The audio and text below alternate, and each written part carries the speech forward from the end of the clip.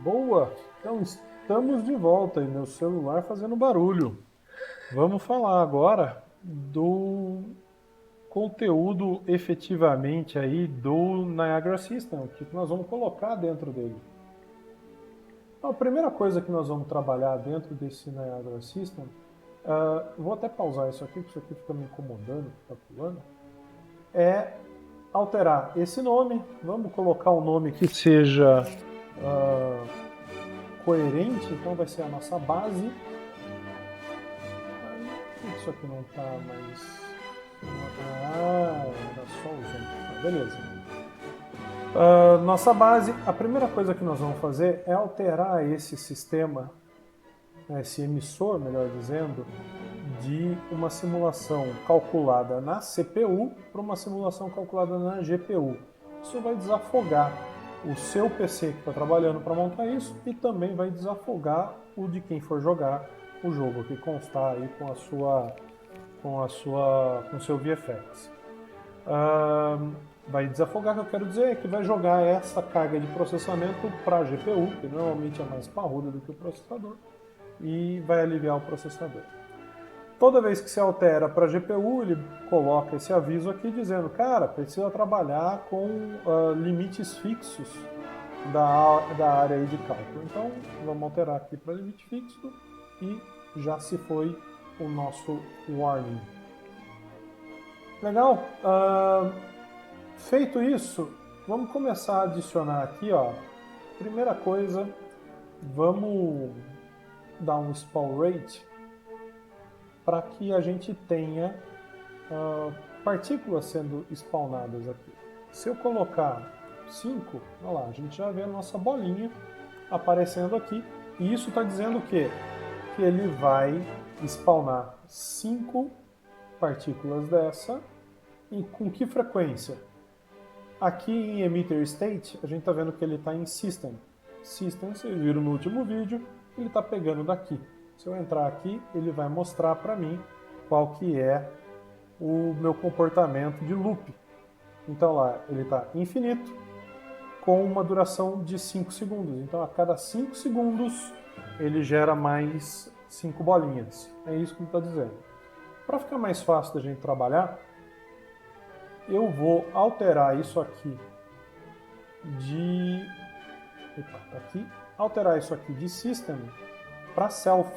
Então, esse emissor vai ter a regra dele de loop. E não dado pelo sistema. É dado direto por ele.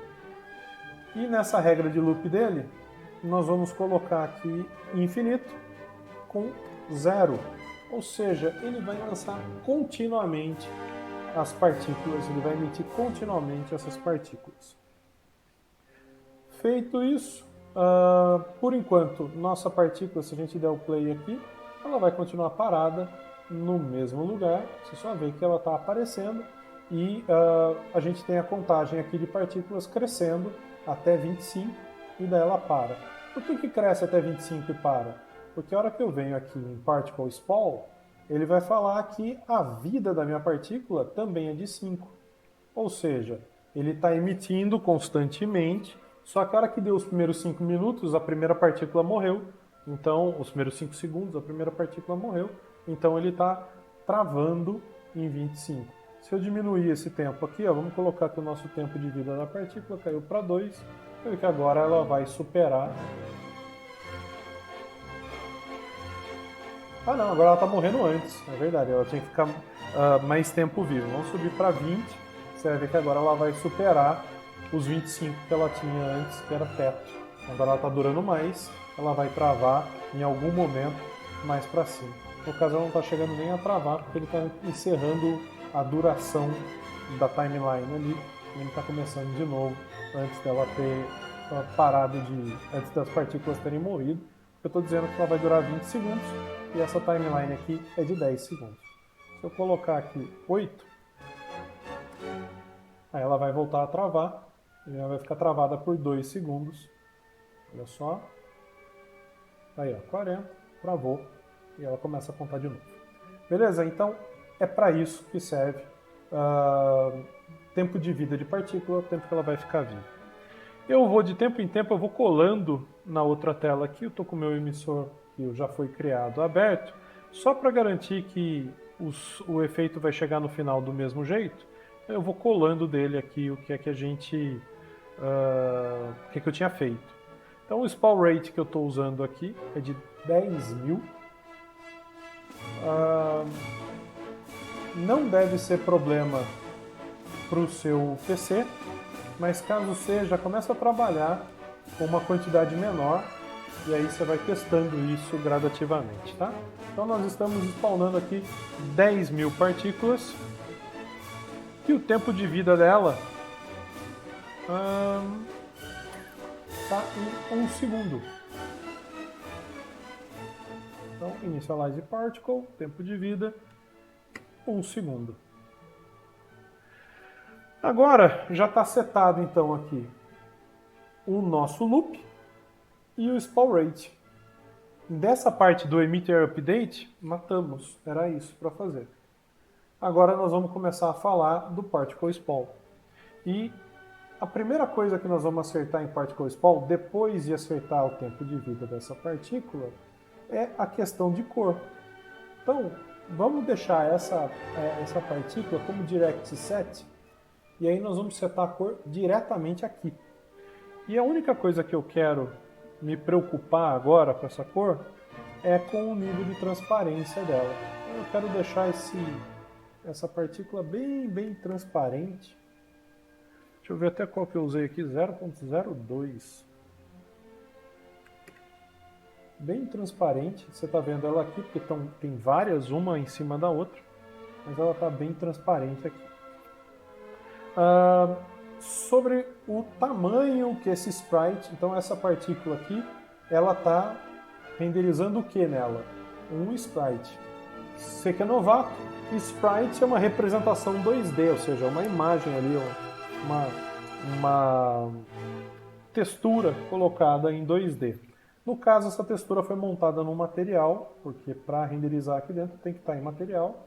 Não vou entrar no mérito de montagem de material hoje, mas é um material renderizado aqui dentro. Tá? É esse cara que está aparecendo. Se eu trocar isso aqui por folhas, vai aparecer folhas no lugar da bolinha e assim por diante. Então, o que nós vamos fazer agora é distorcer essas proporções dessa UV. Então, random non uniform, e aqui ele me permite setar 2x e 2y para ele oscilar. E eu quero que ele fique bem esticado. Como está pequenininho, já não está nem dando para ver mais ela ali, ó. Se eu aproximar o zoom, olha lá. Agora a gente consegue ver. Ela ficou um risquinho. Tá? E vamos trabalhar agora dentro do Particle Spawn o Shape Location. Que é hoje, até agora ela está spawnando em um único ponto.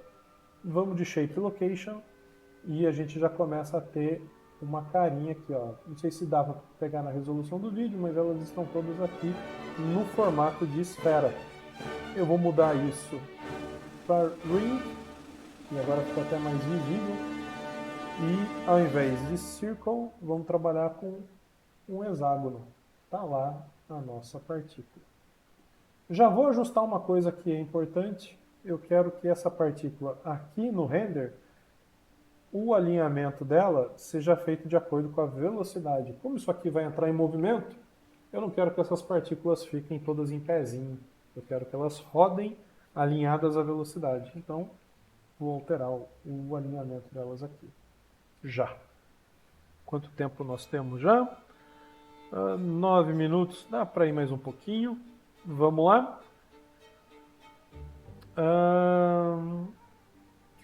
Tem um outro setting que vai entrar dentro desse Shape Location, mas eu vou deixar isso lá mais para frente, que é o que vai fazer com que esse portal ele tenha aquela coisa de abrir, ele cresce e depois ele fecha. Então, esse efeito eu vou deixar mais para frente, por enquanto a gente vai trabalhando sem esse recurso. Particle Spawn resolvido, com exceção disso, vamos no Particle Update. Então, aqui é como é que ela aparece em Particle Spawn, Particle Update, como é que ela atualiza. Primeira coisa que nós vamos fazer, eu vou até copiar daqui para essa curva ficar igualzinha e vou colar aqui. Então tá lá, o Particle, o Scale Sprite Size. Então, a gente aqui em cima tinha acertado, cadê? Jamais vou encontrar novamente no Initialize Particle. A proporção e ela ficou compridinha. O que esse Scale Sprite Size está fazendo dentro do update é, no passar do tempo, como é que isso vai acontecer. E eu montei uma escala, ou seja, ela começa zerada, invisível, aí ela cresce rápido, depois ela vai mantendo um tamanho até que no final ela encolhe até desaparecer. E eu setei essa escala da curva em 2. Poderia trabalhar com 1, ela teria a metade do efeito que eu estou tendo hoje. Trabalhando com 2, ela tem o dobro do efeito, desse efeito dessa escala. Então, vamos ver o que mais que tenho para colar daqui. Curve Noise. Vamos colocar o Vortex Force. E o Vortex Force vai começar a dar movimento nesse negócio. Coloquei o Vortex Force e ele apareceu aqui um sinalzinho vermelho avisando que tem um erro. O que ele está dizendo? Cara, você não pode trabalhar comigo sem um módulo de velocidade. Aí é só clicar em Fix Ensure e ele seta o módulo de velocidade e já está resolvido esse problema. Eu consigo pegar aqui. Ó, eu vou temporariamente... Deixa eu dar o play. Olha lá, as partículas estão mexendo. Eu vou fazer o seguinte, ó. Preview Scene Settings. Se o seu não estiver aparecendo, vem aqui em Window, Preview Scene Settings. E aí eu vou colocar em Environment, eu vou desligar o Environment, aí já começa a dar para ver as partículas. E vou deixar isso aqui preto. Pronto, agora você também enxerga a coisa acontecendo aqui. Então o Vortex, o que ele está fazendo? Ele está girando essas partículas e jogando elas no modelo que está aqui. E como é que eu fiz isso? Eu adicionei um Vortex from Curve. Deixa eu adicionar um Vortex limpo. Vortex, não Vertex. Vortex Force. Então tá lá. O Vortex vem assim. Só que isso aqui coloca uma velocidade constante em tudo. E repara que o meu está diferente. Por quê?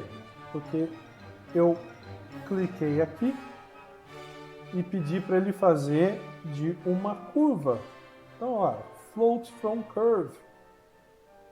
E aí ele me permite dar velocidades diferentes, eu vou desativar aquele, velocidades diferentes em cada momento da curva. Vamos colocar aqui em 5.000. Olha lá. Nesse caso, essa velocidade está começando no máximo e diminuindo. O que eu trabalhei no efeito foi ela começar no mínimo, crescer rápido e depois diminuir até um determinado patamar. Então, como é que eu cheguei nesse resultado? Teste. Não tem outra maneira. Não existe VFX feito receita de bolo. Tá? Não dá para você falar assim, bati o olho ali, putz, aquilo ali é um vórtice e ele fez a curva assim. Pode ser, mas pode ter N maneiras de ter sido feito. E como cada módulo que a gente está inserindo dentro desse Niagara impacta no próximo, você vai necessariamente ter que testar. Então, é teste, é por isso que eu estou inclusive copiando e colando algumas informações, para não perder nem meu tempo, nem seu tempo, tentando acertar de novo do jeito que tinha ficado. Então tá aí, ensinei agora como é que você adiciona uma curva no Vortex, e aí você consegue desenhar essa curva e atribuir uma escala para ela. Como padrão, ela já vem aqui vinculada ao tempo de vida da partícula. Então, partículas mais novas estão aqui, partículas mais velhas estão aqui. Beleza? Vou retirar esse vórtice daqui e vou religar o vórtice anterior. Bonito, já estamos tendo movimento nesse negócio. Vamos ver aqui, estamos em 14 minutos. Vamos só ligar o Curve. O Curve, ele vai atribuir ruído nesse movimento. Deixa eu desligar o Vortex para ficar mais fácil de enxergar. Olha lá. Então, sem ligar o Curve, nós temos as partículas todas alinhadas. Ligando, ela vai atribuir um ruído. E você começa a ver que ela está ali vibrando, porque a gente já atribuiu que ele teria um alinhamento de acordo com a velocidade. O Curve vem com uma configuração padrão. Se eu clicar aqui eu já vejo, ó, 10 para 50. Então ele já está atribuindo algum movimento naquilo, a partícula vai se realinhando. No portal que eu fiz, eu trabalhei esse Curve com 1000 para 50. Então, 1000 para 50. E aí, vamos afastar esse zoom. Aliás, deixa eu conferir uma coisa aqui, no tamanho do Shape Location que eu tinha feito. 150, Shape Location aqui está em 100. Vamos subir ele para 150. Beleza. Então, e repara, isso foi legal, porque você repara que muda completamente a cara do negócio de acordo com a variável que está ajustada acima. Então, para que você chegue em um determinado efeito, são vários componentes que tem que estar alinhados para que você consiga alcançar aquele efeito. Tá aí.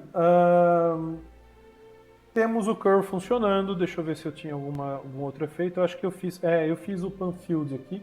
Esse Pan Field ele serve para dar mais ruído. Ele vai atribuir mais ruído nas outras pontas. É como se fosse um curve dentro de um curve. Ele vai deixar mais aleatório.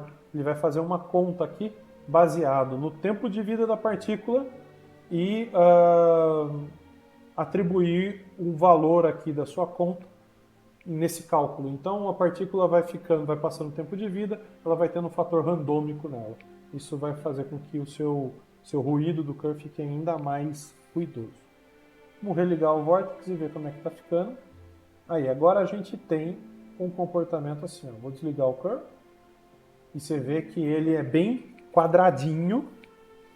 Liga o cara de novo e você começa a ver que ele tem movimento. Por quê? Porque o portal tem que ser um negócio meio mexendo, ele não é uma porta rígida, né? É energia e movimento. Então tem que ter esse chacoalhadinho aí. Vamos ligar o drag porque aqui as partículas estão correndo livre, leve, soltas até o infinito e além. E eu quero que ofereça uma resistência para ela desacelerar. Isso eu consigo com o drag. Beleza, aí você já vê a mudança do comportamento só com o default, ó como tá, ó como ele fica depois. Mas eu usei um drag aqui bem mais alto que isso, usei 5 de drag aqui. E agora você vê como ela ficou contida dentro do espaço. E por último, por enquanto, vamos acertar a cor. E aí, coloco um Scale Color dentro desse módulo. Vou setar isso daqui, ó, ele vem com uma corzinha para você trabalhar RGB. Vamos converter isso aqui em linear. Ele vai fazer, olha lá, Make Vector from Linear Color RGB. Então, eu já tenho aqui um padrão de cor que dá para agora pegar por aqui. Só que eu quero que isso aqui tenha degradê. E se eu estou falando de degradê, eu estou falando de curva. Agora eu tenho como setar cores aqui. E eu poderia, na de cima aqui, colocar azul. E aí você vê ele migrando de azul para branco, de sólido para transparente. Mas o que eu vou fazer para poupar o meu tempo e o seu é copiar e colar o setup de cor que eu havia feito no outro. E vou desligar. Então vou deletar esse que eu acabei de criar só para te mostrar. E tá lá o setup de cor. O que eu fiz dentro desse setup de cor? Primeiro que eu deixei sólido até quase no final. Tá? Eu só quero que o finzinho dela comece a esmaecer. Segundo, que... Abre, criatura. Aí. Eu aumentei muito o valor da cor. Isso faz com que ela tenha esse aspecto emissivo. Então eu setei a cor, escolhi a cor no painel e tunei o valor aqui, nesse caso para 1000. Então parece que está tudo branco, mas é porque ele está muito emissivo. Essa daqui é um laranjinha e também com 1000 no valor. Essa daqui é um azul, também com 1000 no valor. E a última é branco mesmo, tá? Que já está transparente, então não ia impactar em nada. Então tá aí, a gente já tem a cara do nosso portal se formando, tá? Já tem as primeiras, o primeiro movimento, ele já está começando a acontecer. Só tem uma coisa que é legal e que eu não havia comentado. Tá aqui, você clicando aqui fora, ele vai pegar todo mundo que está aqui dentro. Local Space Delimiter, ativa ele. Por quê? Porque, como padrão, a gente está trabalhando ele na horizontal. Se eu estivesse vendo aqui o environment de novo, a gente teria mais noção disso. Mas olha só, ele está na horizontal. E eu quero que esse portal seja vertical. Para que você não tenha que recalcular tudo, mudar a posição. E quando a gente está falando de partículas, as coisas se encavalam. Altera aqui, clicando aqui fora, em Local Space. E daí isso vai permitir que lá dentro do seu jogo você reposicione ele do jeito que quiser, beleza? Então é isso, espero que você tenha gostado. Se curtiu, senta o dedo no like e vamos para o próximo vídeo, que tem mais 2 pequenos módulos para a gente poder fechar esse emissor desse Niagara. Salva, não esqueça, e eu te vejo daqui a pouco.